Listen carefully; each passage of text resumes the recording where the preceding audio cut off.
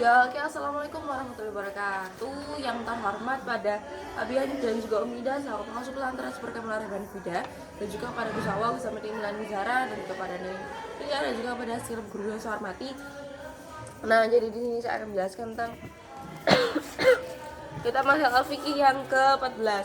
Nah, jadi di sini tuh yang pertama ada itu menjelaskan tentang menyembeli binatang di atas kuburan. Nah, jadi menurut sebagian pandangan orang Islam, menyembelih binatang di atas kuburan itu adalah supaya si binatang itu tadi menjadi kendaraan bagi orang yang mati di akhirat. Tapi kalau bagi pandangan orang-orang jahiliyah sebagai sumbangan bagi orang-orang mati. Itu hukumnya. Nah, hukumnya itu adalah makruh karena dapat merusak akidah orang muslim dan juga sebagai sikap pemborosan menuju pamer kekayaan kayak gitu. Terus yang kedua, dia tuh ada menyalati jenazah di tengah kuburan.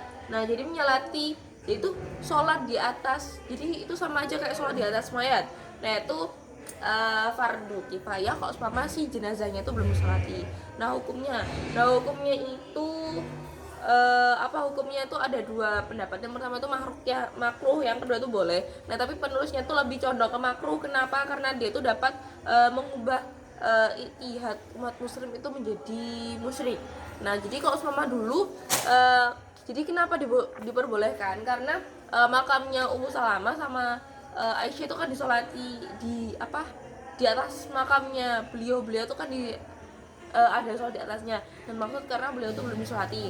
Nah, itu karena pada zaman dahulu itu emang gimana ya, emang ya suasananya kayak gitu, emang sebenarnya kayak gitu. Sedangkan di masa sekarang yang disolatinnya tuh bisa di masjid, ya kenapa nggak di masjid gitu. Nah, pokoknya kayak gitu. Terus itu yang ketiga itu ada membangun bangunan di atas kuburan. Nah, jadi itu maksudnya itu, nah dia tuh kayak membangun kayak di kijing, kalau bahasa Jawanya tuh di kijing. Nah, ini sebenarnya tuh kayak berlebihan, soalnya dia tuh juga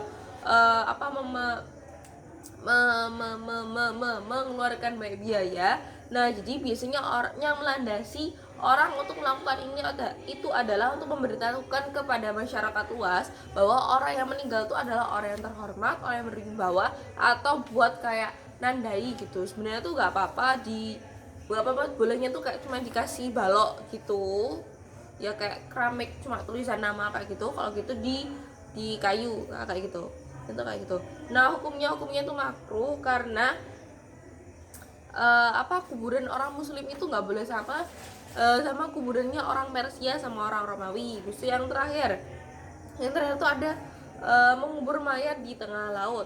Nah, jadi maksudnya itu adalah menurunkan mayat ke dasar laut karena kendaraan atau kapalnya itu dapat membawa. Jadi kalau selama lagi ada perjalanan, biasanya sih haji zaman dahulu kan pakai kapal. Terus kalau selama nauzubillah jemaah hajinya itu ada yang meninggal di tengah laut, sedangkan menuju ke daratan masih lama. Nah, jadi jenazahnya itu dimakamkan di laut, jadi kayak dia itu ditenggelamkan.